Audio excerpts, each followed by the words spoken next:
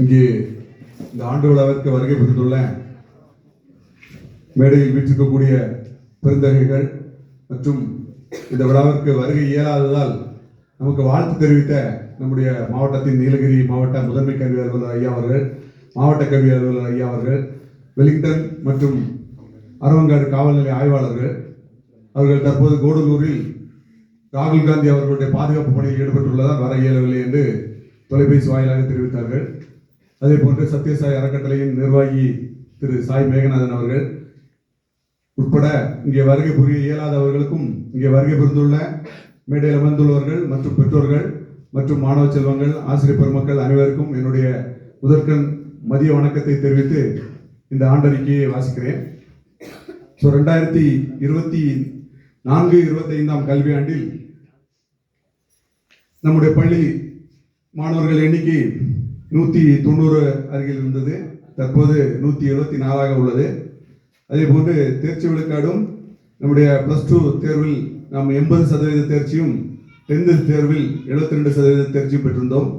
இந்த தேர்ச்சி விழுக்காட்டை அதிகரிப்பதற்கு நாம் இந்த கல்வியாண்டில் பல்வேறு முயற்சிகளை செய்து வருகிறோம்.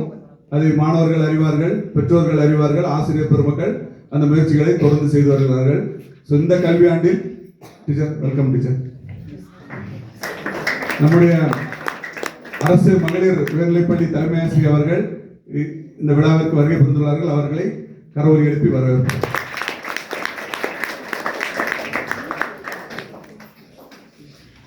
இந்த ஆண்டு தேர்ச்சி விழுக்காடை நாம் அதிகரிப்பதற்கு பல்வேறு முயற்சிகளை எடுத்து வருகிறோம். இந்த ஆண்டு 12 மற்றும் 10ஆம் வகுப்பு பொதுத் தேர்வில் மிகச்சிறந்த தேர்ச்சி விழுக்காடை கொடுப்பதற்கு மாணவ செல்வங்களும் பெற்றோர்களும் உங்களுடைய ஒத்துழைப்பை நாங்கள் மிகவும் நாடி நிற்கிறோம்.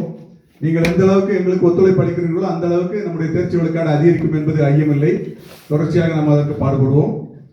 அப்புறம் அந்த கல்வியாண்டை பொறுத்தமட்டில் நம்முடைய பள்ளி மாணவர்கள் சாதித்த சில விஷயங்களை மட்டும் இப்போது கூறிய ஆண்டறிக்கையை நிறைவு செய்கிறேன். ஈட்டியறிதல் போட்டியில் நம்முடைய பள்ளி மாணவர் சதீஷ்குமார் 12ஆம் வகுப்பு மாணவர் மாவட்ட அளவிலான போட்டிக்கு தகுதி பெற்று சாதனை படைத்தார்.